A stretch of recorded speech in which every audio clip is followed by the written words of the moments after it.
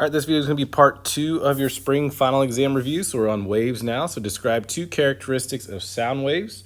So sound waves are longitudinal. Okay, so longitudinal is going to look more like it's going to be basically compressions and rarefactions where it stretches out and then starts compressing and then stretches back out. Okay, and it is also mechanical.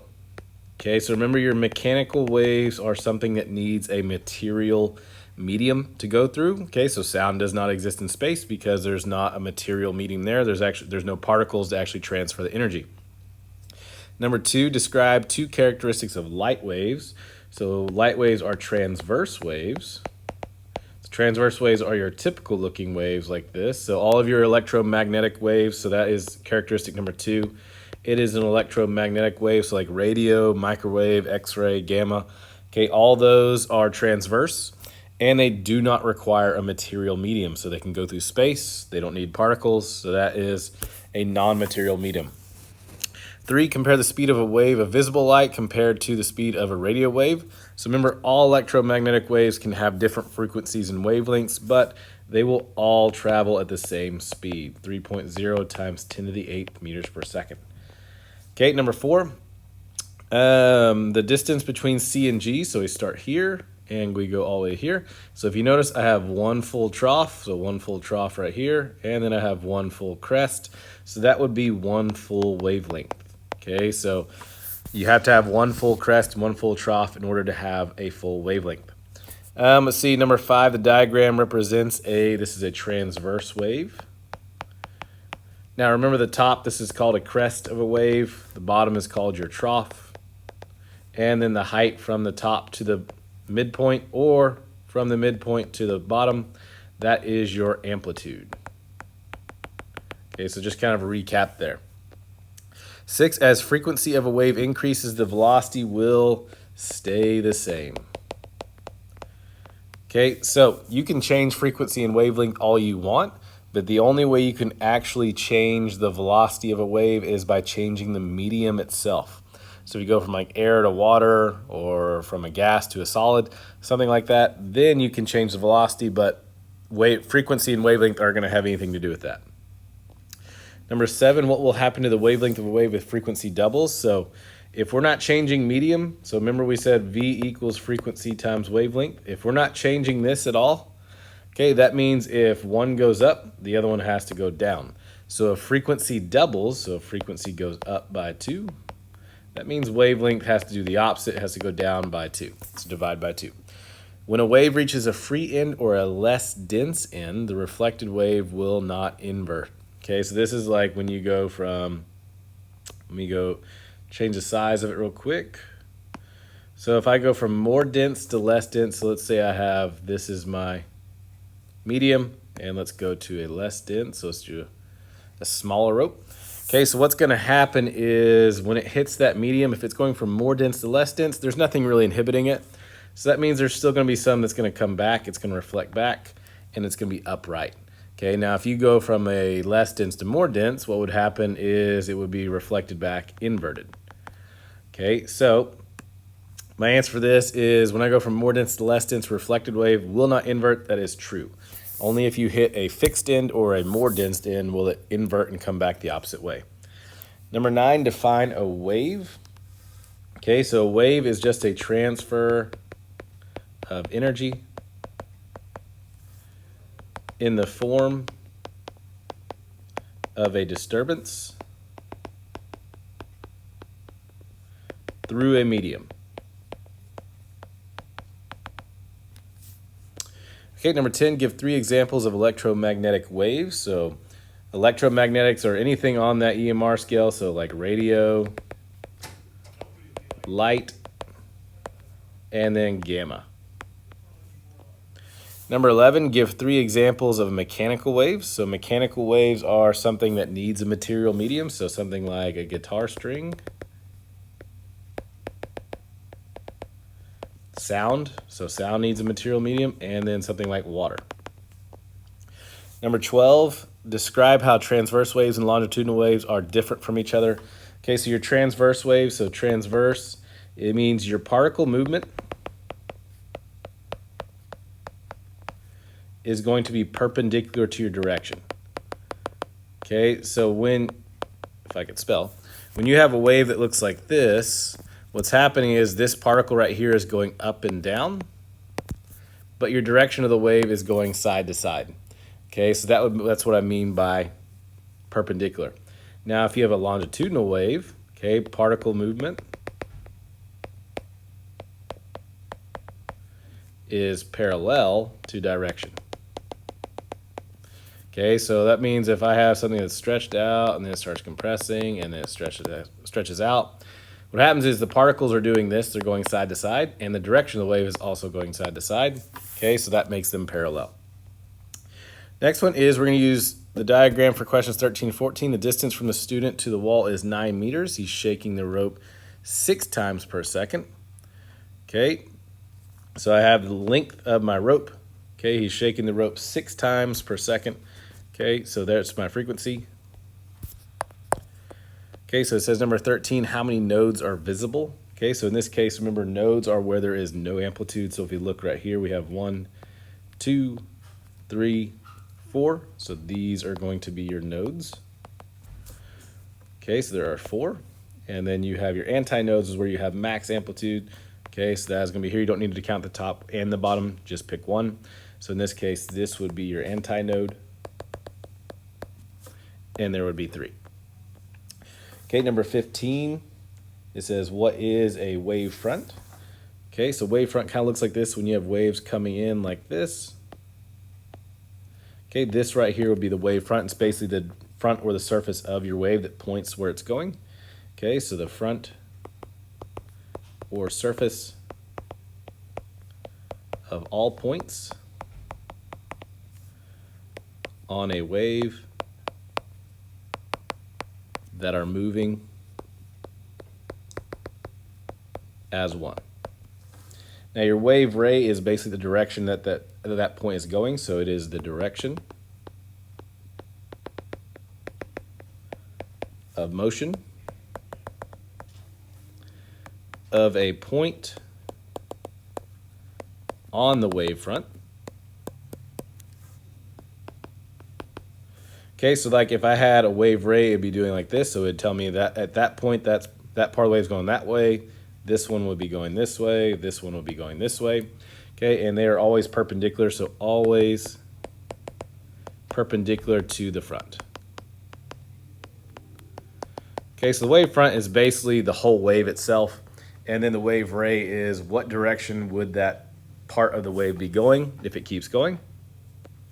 Number 17, if the solid lines are crests and the dashed lines are troughs, describe what the constructive and destructive interference look like in this diagram. So constructive interference is when you want to make something bigger. Okay, so this would be when you have to have a crest plus a crest, or a trough plus a trough. Okay, now destructive is when you have the opposite. You have to have something where they're going to try to counterbalance each other. This is when you have a crest and a trough meet up. Okay, so like here, like this would be constructive, this would be constructive, constructive, constructive. So this is when you have crest and crest meeting, or troughs and troughs. But like here, when you have a crest and a trough meet, like this line right here, that would be destructive. Number 18, the law of reflection states the angle of incidence is equal to. That means when you have like a surface like this, what happens is you have your incident ray coming in. Okay, remember your normal line looks like this, and so here's your angle. That means your reflected angle is going to be the same. Okay, so be careful with this. Okay, when we talk about reflection, now refraction is the one that keeps going through. Okay, so that angle can change up. But the law of reflection states that the angle of incidence is always equal to the angle of reflection.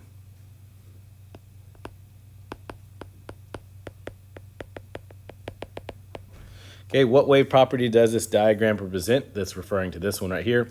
So this is called diffraction. So remember, diffraction is when you have a wave encounters an obstacle or a corner, okay, and it's actually able to get around it. So like if this sound wave goes through an opening, what's going to happen is it's going to squeeze into the opening, and as soon as it gets free, it's going to bend in all directions. So that's all diffraction.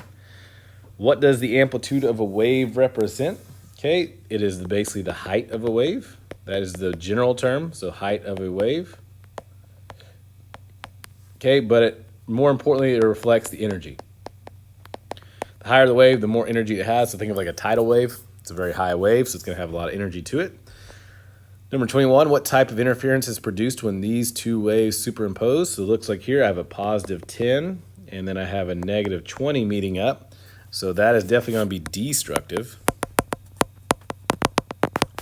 Okay, so let's see what my resulting amplitude would be. So 10 minus 20 means when they meet up, you'll have an amplitude of negative 10. 22, what type of interference would this be produced when these two meet? Superimpose just means what happens when they meet. So I have a positive 20 and I have a positive 25 going towards each other. So a positive and positive is only going to make it even more positive. So this would be constructive. So 20 plus 25, and that's going to give me 45. 23, what happens to the incident wave when it reaches a more dense medium? Okay, so like if I have, here is my incident ray. Okay, here's my normal line, and we're going from less dense to a more dense, so less to more. Okay, so what's going to happen is this refracted angle is going to bend towards the normal. Okay, so one is going to refracted ray bends towards normal. Okay, you're going to have partial reflection, partial transmission. So that means you're going to have some of it's going to bounce off. Okay, that's your reflection, so that's called partial reflection. But you're also going to have some that goes through. That's our whole refracted ray right there. Okay, so that's partial transmission.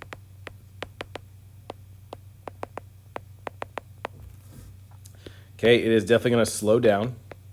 Okay, you're going from less dense to more dense, so it's going to slow that thing down. Okay, and then basically what is your refracted angle is going to be smaller than your original angle that you came in at. Okay, which should make sense because your refracted ray bent towards the normal, so that angle right here got smaller. Okay, so now what happens when I go from more dense to less dense? So let's say now I've got my incident ray coming in. Okay, here's your normal. You're going to have your reflected. So incident, reflected. Okay, and you go from more dense to less dense. What happens here is you actually go away from the normal. Okay, so this angle gets a lot bigger. So your refracted angle gets a lot bigger. Okay, so one, your refracted ray bends away from normal.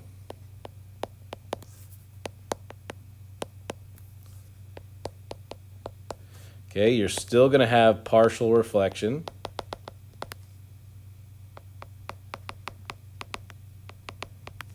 And then still going to have partial transmission.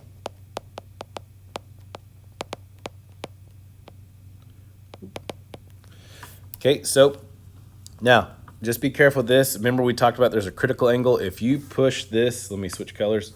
If you push this incident ray too far, okay, when you go from more dense to less dense, okay, you will reach a point where that's called the critical angle. That means that is the max you can go to where you still have some refract. If you go past that, that means all you're going to have is reflection. Okay, so be careful with that. So, and we're going to speed up. So we're going to speed up because we're going from more dense to less dense, and now our new angle, or refracted angle, is going to be bigger than our original angle. So angle R is greater than angle I. 25, a physics student notices that 30 waves arrive at the beach every minute. What is the frequency of the waves? So remember, frequency is the number of waves in 1 second. Okay, so if I have 30 waves that I've counted, and my time is 1 minute, which this is 60 seconds. Okay, what I could do is I could find out how long does it take for, how many waves can I fit in 1 second by taking 60 seconds. I'm sorry, not, my bad, got that flipped. I'm going to take the number of waves, 30, and I'm going to divide it by the time. Okay, so we're going to figure out how many waves can we get in 1 second.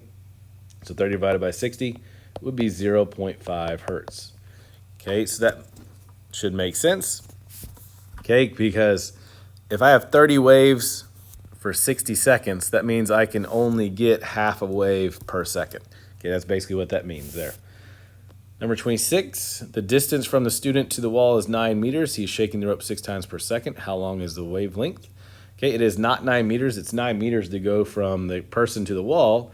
But remember, one wavelength is one full crest and then one full trough. So in this case, I have 1.5 waves.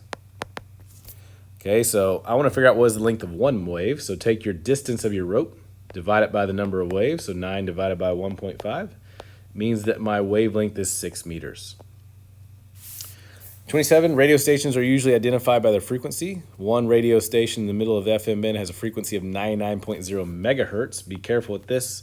That is times 10 to the 6th on your scale. So on your metric scale, so don't forget that.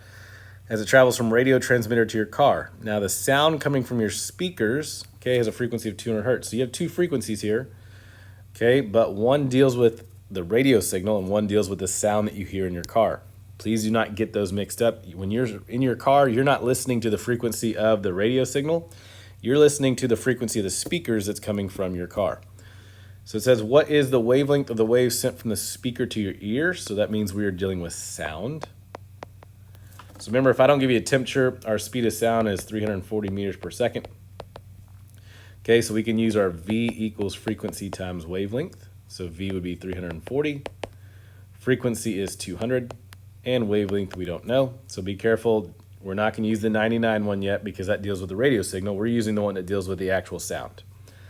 So 340 divided by 200 gives you a wavelength of 1.7 meters. Now, same question is, I want to know what is the wavelength of the radio wave. So remember, radio waves is electromagnetic. So now we get to use the speed of light, so C equals frequency times wavelength. So basically same equation. So my C is 3.0 times 10 to the 8th equals my frequency. Now I get to use this 99. So 99 times 10 to the 6th times wavelength. Okay, divide those, don't forget parentheses. You should get a wavelength of 3.03 meters. Next one, use this word bank for questions 29 through 35. You will not use all the words. So 29, the change in direction of a wave when it encounters an obstacle or edge. Okay, that was our diffraction that we talked about. 30, interference that decreases amplitude. So that is destructive interference. A pattern or vibration that resembles a stationary wave. Okay, so that was called a standing wave. Okay, so it's probably been a minute since you've looked at that. So remember, a standing wave is where you basically have a wave that looks like this. And then you have a matching frequency that's basically doing the exact opposite. So it really doesn't look like the wave's even really moving. It just looks like it's flopping back and forth. That's a standing wave. 32, points in a standing wave that have no vibration due to destructive interference. That basically means the middle points where there is no amplitude at all. Remember, those are called the nodes. The bouncing back of a wave when it meets a surface or boundary, that is just simply reflection. Interference that increases amplitude, that is constructive interference. The bending of waves as they pass from one medium to another at an angle, that is refraction. All right, waves 2. Okay, now waves 2, there's also on the back of your waves 2 packet, you did all those pages of review. You can also look at those. So you just did all that, so that's why we didn't throw a whole lot of this on here. Okay, so if you need to go back and look at the waves 2 review, all those pages on the back of the packet, you can do so to help you there. Number 1, what occurs when an incident ray encounters a new medium at a boundary before it reaches critical angle? Okay, so we've already talked about that a little bit back here, is when we talked about all of this. Okay, so those are the specifics when you go from less dense to more dense or more dense to less dense, so you can go back and watch that if you need to. But my main answer for this is when I encounter a new medium, what it means is you're going to have some that goes through. That's called partial transmission. And you're going to have some that reflects, so partial reflection. 2, which of the following objects reflect light? So it means just reflects light. So a light bulb, that's not it. So a chair reflects light. Okay, a desk reflects light. The floor, the moon. Okay, so those are all that reflect light. That's how you see color, is basically whatever color you see, that's what's being reflected. Okay, so like a green chair is absorbing all the other colors but reflecting green. Now, number 3 is which of the following emits light, so actually produces a light source. That is a light bulb, the sun, an LED screen. That's it. All right, number 4, define the index of refraction. So our equation, this is N equals C over V. So this N right here is just basically how dense a medium is. Okay, basically what you do is you just basically take the speed of light in a vacuum, which is perfect. That's 3.0 times 10 to the 8. That's as fast as you get. And you divide it by the speed of light in your new medium. So if I had like a diamond, okay, so light does not like density. Okay, it's too much stuff getting in the way. So what would happen is it's going to slow down. So if I take the speed of light in a vacuum, which is perfect 3 times 10 to the 8th, and divide it by the speed of my new speed of light in that certain material, that'll basically give me this density value right here. Number 5, if it's 12 degrees at sea level, what would the Mach number of an aircraft going 1,020 meters per second be? So I gave you a temperature, so I'm probably going to find the velocity of sound at that temp. So V equals 331.5 plus 0.6 times 12. Okay, that means that gives you a velocity of 338.7 meters per second. That is Mach 1. Mach 1 is the speed of sound at that temp. So if I have a plane that's going 1,020 meters per second, what I'm going to do is I'm going to take that 1,020, divide it by Mach 1, so 338.7. That means the plane is doing Mach 3.01. Okay, so there's no units for it. It's just a ratio. It's basically how many times faster you're going than the speed of sound. Number 6, a hiker is visiting the Grand Canyon. While in the canyon, they stub their toe and yelp in pain. The hiker hears an echo 1.22 seconds later. If the temperature is 22 degrees Celsius, how far away are the canyon walls? Okay, so I got some things to unpack here. So 1, I gave you a temperature, which does me no good. So I'm probably going to use that in the only equation that has temperature, which helps me find the speed of sound. So 331.5 plus 0.6 times 22. Okay, that gives me a velocity of 344.7 meters per second. So now we know how fast our sound is moving. Okay, our time, remember an echo is the time it takes to get there and back. Okay, so in this case, I want to figure out how far is it to hit that wall before it comes back. So I'm going to take that 1.22 and divide it by 2. That means it takes 0.61 seconds to get to that obstacle. And we're looking for distance. Okay, so this is just a V equals D over T. So 344.7 equals distance over 0.61. So multiply those. That means the wall would be 210.27 meters away.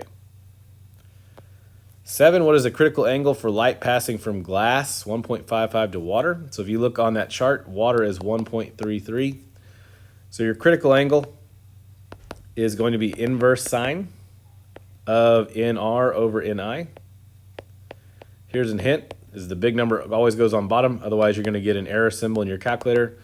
So inverse sine of NR over NI, so 1.55 goes on bottom, 1.33 goes on top. Make sure you're in degree mode, and you should get an angle of 59.1 degrees. And that'll end that one.